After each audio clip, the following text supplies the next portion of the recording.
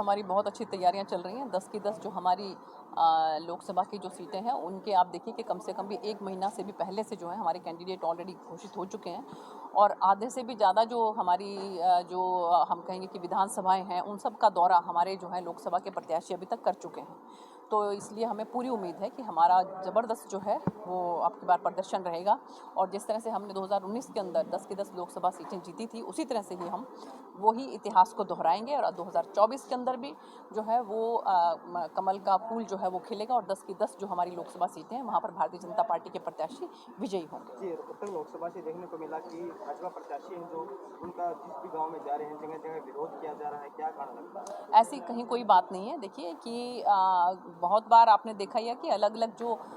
Party के जो नेता होते हैं और जो अलग अलग पार्टियों के जो कार्यकर्ता होते हैं तो वो अपने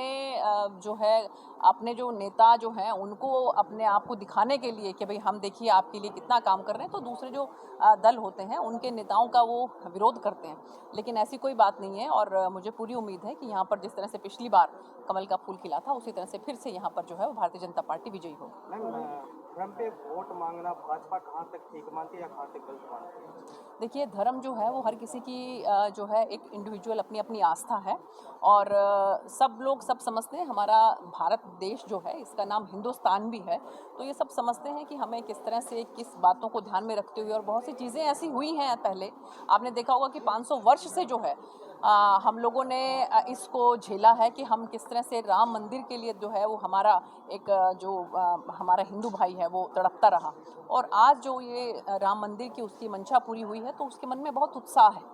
प्रत्याशियों का कहना ये ठीक है कि जो राम को लाए हैं उन्हें आपको लाना है, वोट की अपील करना मंदिरों में जाके कहाँ तक ठीक लगता है आपको? देखिए ऐसा है कि मैंने आपको पहले भी कहा है कि ये सब की अपनी अपनी आस्था है और सब लोग समझते हैं भारत का जो वोटर है वो बहुत होशियार है बहुत समझदार है और वो अपने विवेक का इस्तेमाल करते हुए अपने वोट का इस्तेमाल करेगा। सिरसा में क्या स्थिति है? एक आपका वीडियो आया था कि जी आपका दर्द छलका इस टाइप से कि जी इन्होंने टिकट कटने के बाद ये कहा। देखिए सिरसा में क्या स्थिति? ऐसा है कि सिरसा में बहुत बढ़िया स्थिति है और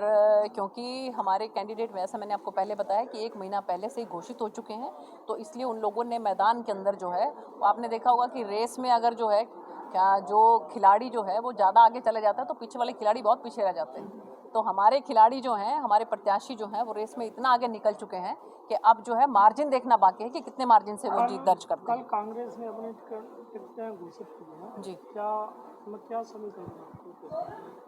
देखिए हम किसी और दल की तरफ जो है वो ध्यान नहीं करते हैं और पहली बात तो कि कितना समय उन लोगों ने लगाया है क्योंकि वो लोग जो है वो निर्धारित ही नहीं कर पा रहे थे जिस तरह से अलग अलग ग्रुप्स वहाँ पर हैं तो अलग अलग ग्रुप्स के जो लोग हैं उनका अपना एक जो अंतर विरोध है आप लोग सब बातों को समझते हो तो हम इस तरफ ध्यान नहीं देते हैं। हम लोग अपनी मेहनत और जो है अपनी सफलता की तरफ ध्यान देते हैं तो इसलिए पूरी उम्मीद है कि 10 के 10 कमल के फूल फिर से खिले। मैडम ये जो जैसे कि अभी विरोध हो रहा है अरविंद शर्मा डॉक्टर बोल रहे हैं ये कांग्रेस वाले कर आपका क्या कहना है?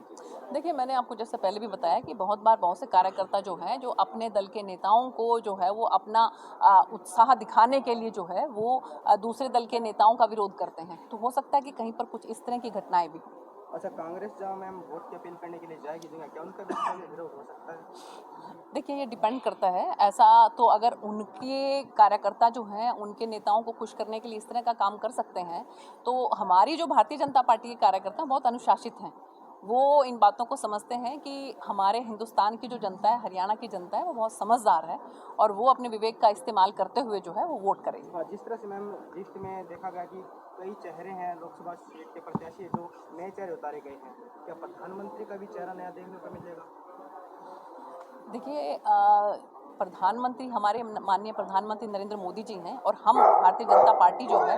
वो ये मन में बिठा चुकी है कि तीसरी बार फिर से नरेंद्र मोदी जी को जो है वो प्रधानमंत्री बनाना है। तो इसलिए सभी कार्यकर्ता जो है वो एकजुट होकर मेहनत कर रहे हैं काम कर रहे हैं और उत्साह के साथ काम कर रहे हैं और उसके नतीजे जो हैं आपको देखने को मिलेंगे और अब की बार 400 पार।